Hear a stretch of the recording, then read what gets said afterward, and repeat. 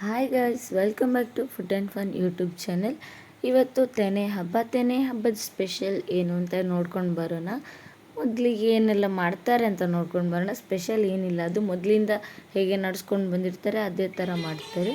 ನೋಡಿ, ಬೆಳಿಗ್ಗೆ ಎದ್ದ ತಕ್ಷಣ ಹೂವೆಲ್ಲ ತೆಗೆದು ಇಟ್ಟಿದ್ದೇನೆ. ನೆಕ್ಸ್ಟ್ ಇವತ್ತು ಈಗ ಪೂಜೆ ಬೇಗ ಆಗಿದೆ. ಮನೆಯದ್ದು ದೇವಸ್ಥಾನಕ್ಕೆ ಹೋಗಲಿಕ್ಕಿತ್ತು, ಹಾಗಾಗಿ ಇವತ್ತು ಬೇಗ ಆಗಿದೆ. ಸೊ ಪೂಜೆಯಾಗಿ ಆರತಿ ಇಟ್ಟಿದ್ದಾರೆ. ನೋಡಿ, ಎಲ್ಲರೂ ತೊಗೊಂಡು ಆಗಿದೆ ಆರತಿ ತೊಗೊಂಡು ಮತ್ತೆ ಅಲ್ಲಿ ಇಟ್ಟು ಬಿಟ್ಟಿದ್ದಾರೆ. ನೆಕ್ಸ್ಟ್ ನೋಡಿ, ಮನೆಯಲ್ಲೇ ಆದಂಥ ಹೂಗಳಿಂದ ದೇವರನ್ನು ಹೇಗೆ ಅಲಂಕಾರ ಮಾಡಿದ್ದಾರೆ ನೋಡಿ. ತೀರ್ಥ ಕೂಡ ಇಟ್ಟಿದ್ದಾರೆ ಇಲ್ಲೇ. ನೆಕ್ಸ್ಟ್ ನೋಡಿ, ಇಲ್ಲಿ ದೇವಸ್ಥಾನಕ್ಕೆ ಹೋಗಿದ್ರು ತೆನೆ ತೊಗೊಂಡು ಬರಲಿಕ್ಕೆ. ತೊಗೊಂಡು ಬಂದರು ನೋಡಿ. ದೇವಸ್ಥಾನಕ್ಕೆ ಹೋಗುವಾಗ ಬಾಳೆ ಎಲೆ, ನಂತರ ಒಂದು ಅಡಿಕೆ, ನಂತರ 2 ವೀಳ್ಯದೆಲೆ, ನೆಕ್ಸ್ಟ್ ಒಂದು ತರಕಾರಿ ನಾವು ಏನು ಇರ್ತದೆ ಊರಿದ್ದು ಅದನ್ನು ತೊಗೊಂಡೋಗುವಂಥದ್ದು. ಇಲ್ಲಿ ಅವರು ಮುಳ್ಳು ಸೌದೆ ತೊಗೊಂಡೋಗಿದ್ರು, ಅದನ್ನು ತೊಗೊಂಡೋಗುವಂಥದ್ದು. ಬರುವಾಗ ಒಂದು ಕವರ್ ಹಿಡ್ಕೊಂಡೇ ಹೋಗಬೇಕು ನಾವು ಅಷ್ಟನ್ನು. ಅದರಲ್ಲೇ ಇಟ್ಟು ಕೊಡ್ತಾರೆ ಅವರು. ಅದನ್ನು ತೊಗೊಂಡು ಬಂದು ತುಳಸಿ ಕಟ್ಟೆದ್ರೆಲ್ಲ ರೆಡಿ ಮಾಡಿ ಇಟ್ಟಿದ್ದೇವೆ ನೋಡಿ. ಅದನ್ನು ಇಡಲಿಕ್ಕೆ ಅಂತ ತೊಳೆದು ಎಲ್ಲ ಮನೆಯೆಲ್ಲ ಇಟ್ಟಿದ್ದೇವೆ. ಟೇಬಲ್ ಕೂಡ ಸಣ್ಣದು, ಅದರಲ್ಲಿ ಇಡುವಂಥದ್ದು. ಹಾಕಿ ಕೊಡುವಾಗ ನೋಡಿ, ಪ್ರಸಾದ ಕೂಡ ಇರುತ್ತೆ ಅಲ್ಲಿ ದೇವಸ್ಥಾನ ಇದ್ದು. ಅದು ಇಡಲಿಕ್ಕೆ ಕೂಡ ಕ್ರಮ ಇದೆ ನೋಡಿ, ಆ ಕಡೆನೇ ಬೀಳಬೇಕದು.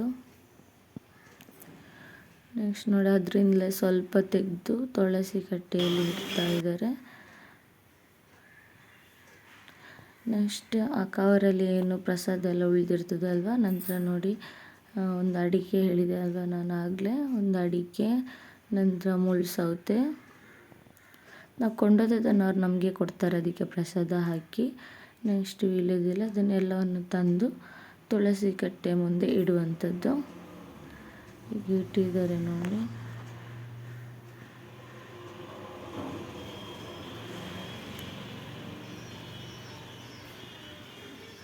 ಇವತ್ತು ತೆನೆ ಹಬ್ಬಕ್ಕೆ ನಾವು ಮನೆ ತುಂಬಿಸೋದು ಅಂತ ಹೇಳ್ತೇವೆ. ಅಷ್ಟನ್ನು ಇಟ್ಟಾದ ಮೇಲೆ ಒಂದು ಕೆಂಪು ಹೂವು ಇಟ್ಟರು ನೋಡಿ. ಇಲ್ಲೆಲ್ಲ ರೆಡಿ ಮಾಡಿ ಇಟ್ಟಿದ್ದೇವೆ. ಇದು ಹಲಸಿನ ಹಣ್ಣಿದು ಎಲೆ, ನೆಕ್ಸ್ಟ್ ಗಂಧದ ಪುಡಿ, ಬಾಗಿಲು ಹೇಗೆ ಮಾಡಿದ್ದೇವೆ ನೋಡಿ. ತೋರಣ ಕಟ್ಟಿದ್ದೇವೆ, ಅದಕ್ಕೆ ಅರಿಶಿನ ಕುಂಕುಮ ಎಲ್ಲ ಹಚ್ಚಿ ಹೂವು ಇಟ್ಟಿದ್ದೇವೆ. ನೆಕ್ಸ್ಟ್ ನೋಡಿ, ಇಲ್ಲ ಪೂಜೆಗೆ ಬಂದರು ಪೂಜೆ ಮಾಡಲಿಕ್ಕೆ ಅಂತ.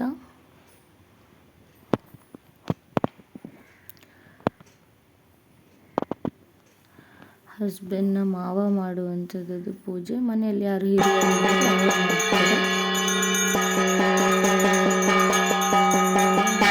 ಇಟ್ಟಿದ್ದಾರೆ, ಒಂದು ಸಿಯಾಳ, ನಂತರ ತೀರ್ಥ ಇಟ್ಟಿದ್ದಾರೆ, ದೀಪ, ಆನಂತರ ಸೈಡಲ್ಲಿ ಕಾಣ್ತಿದೆ ಅಲ್ವಾ, ಅದು ನಾವು ತೆನೆ ಕಟ್ಟುವಂತಹ ಹಗ್ಗ. ನಂತರ ಕೆಸುವಿನ ಎಲೆ ಇದೆಯಲ್ಲ, ಕೆಸು, ಅದರದ್ದು ಒಂದು ದಂಡು ಅಷ್ಟನ್ನು ಕಟ್ ಮಾಡಿ ಇಡುವಂಥದ್ದು ನೋಡಿ. ಈಗ ಇಟ್ಟಿದ್ದೇವೆ ಇಲ್ಲೇ.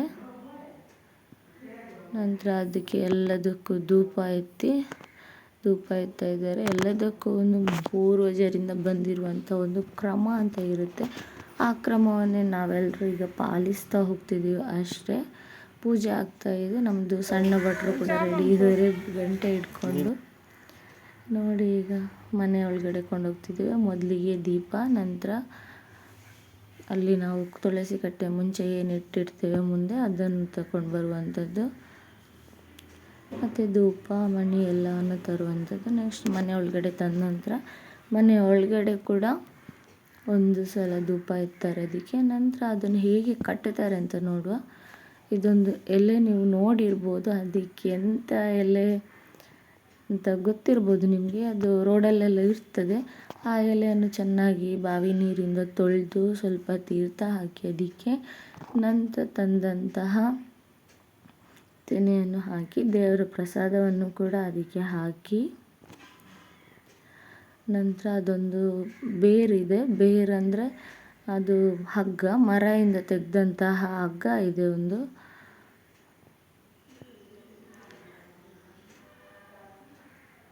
ಅದಕ್ಕೆ ನಮ್ಮದು ತುಳುವಲ್ಲೆಲ್ಲ ಹೆಸರು ಗೊತ್ತಿದೆ ನಮಗೆ, ಆದರೆ ಕನ್ನಡದಲ್ಲಿ ಅದಕ್ಕೆಲ್ಲ ಎಂತ ಹೇಳ್ತಾರೆ ಅಂತ ಗೊತ್ತಿಲ್ಲ.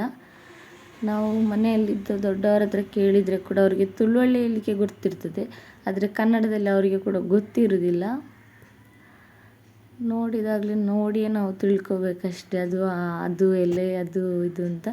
ಇದು ನೋಡಿ ಹೋದ ವರ್ಷ ಕಟ್ಟಿರುವಂಥದ್ದು. ಅದನ್ನು ಫಸ್ಟ್ ತೆಗಿಬೇಕು. ಅದನ್ನು ತೆಗೆದು ಎಲ್ಲೆಂದರಲ್ಲಿ ಬಿಸಾಡೋದಲ್ಲ, ಅದನ್ನು ಹರಿದು ಹೋಗುವ ನೀರಿಗೆ ಬಿಡುವಂಥದ್ದು. ನೋಡಿ ಇದನ್ನು ಕಟ್ತಾ ಇದ್ದಾರೆ. ಫಸ್ಟ್ ದೇವರ ಮಂಟಪಕ್ಕೆ ಕಟ್ಟುವಂಥದ್ದು. ಎಲ್ಲರೂ ಕೂಡ ಫಸ್ಟ್ ದೇವರ ಮಂಟಪಕ್ಕೆ ಕಟ್ತಾರೆ. ಅದು ಇನ್ನು ಬರುವ ವರ್ಷದ ತನಕ ಹಾಗೆಯೇ ಇರ್ತದೆ. ನಾವು ಗಾಡಿಗೆಲ್ಲ ಕಟ್ಟಿದ್ದೆಲ್ಲ ಅದು ಹೋಗ್ತದೆ, ಆದರೆ ಇಲ್ಲೆಲ್ಲ ಕಟ್ಟಿರೋದು ಏನಾಗೋದಿಲ್ಲ. ನೆಕ್ಸ್ಟ್ ಇಯರ್ ತನಕ ಅನ್ನೋದು ಹಾಗೇ ಇರ್ತದೆ. ನೋಡಿ ಕಟ್ಟಿ ಆಯಿತು. ಈಗ ಮನೆ ತುಂಬಿಸಿ ಆಯಿತು.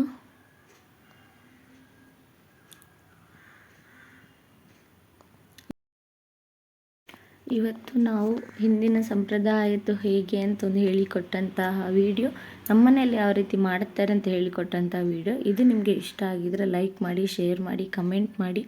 ಹಾಗೆ ಇಂಥ ವಿಡಿಯೋಗಳಿಗಾಗಿ ಸಬ್ಸ್ಕ್ರೈಬ್ ಮಾಡಿ. ನೆಕ್ಸ್ಟ್ ವಿಡಿಯೋದಲ್ಲಿ ಸಿಗೋಣ. Thank you. ಬಾಯ್.